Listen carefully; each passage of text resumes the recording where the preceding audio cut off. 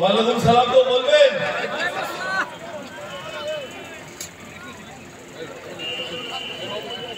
আজ এই মঞ্চে কোনো রাজনৈতিক বক্তব্য রাখা উচিত নয়। পবিত্র রমজান মাসে আপনারা রোজা রেখেছেন এবং আমরা সেই ইফতারে উপস্থিত হতে পেরে নিজেরা ধন্য মনে করছি। উপস্থিত আছে আমার ছোট ভাই, সুদূর দিনাজপুর থেকে এসছে ইসলামপুর মোশাররফ হোসেন বিধায়ক। এখানে অনেকে অনেক কথা বলছেন, আমরা দিলুদার ডাকে এসছি নিশ্চয়ই, কিন্তু আস্তে আস্তে আমার গাড়িতে বলছিলাম যার কথা কোনোদিন ফেলতে পারিনি সেই গফর সাহেবের জায়গা।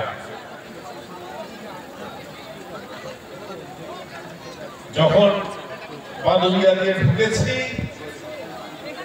বাজারের মুখে এসে ভাবলাম কোন দিকে যাবো, জিজ্ঞেস করি বাড়ির দিকে যাব না স্কুলে আসবো। সেই জন্য এই জায়গা আমার অনেক পুরনো জায়গা। দীর্ঘদিন যখন অসুবিধায় পড়তাম বাদুরিয়া এসে মাথা গুঁজতাম, সেই জায়গা আজকে আবার এসেছি। আর সাহেবের কথা খুব মনে পড়ছে। আমি কাকা বলতাম, তার কথা খুব মনে পড়ছে। নিশ্চয়ই আমাদের বাদুরিয়ার চেয়ারম্যান ছিল আমার ছোট ভাই তুষার, সে আজকে আমাদের মধ্যে নেই। ওর ভাই ভাইস চেয়ারম্যান আছে, রনি এসছে। এখানে দেখলে ভালো লাগে। দেবেশ আমার যুবর প্রেসিডেন্ট ছিল, আজকে দেবেশের ছেলে বড় হয়ে গেছে। আপনারা সবাই মিলে ইফতার করছেন। আমি খুব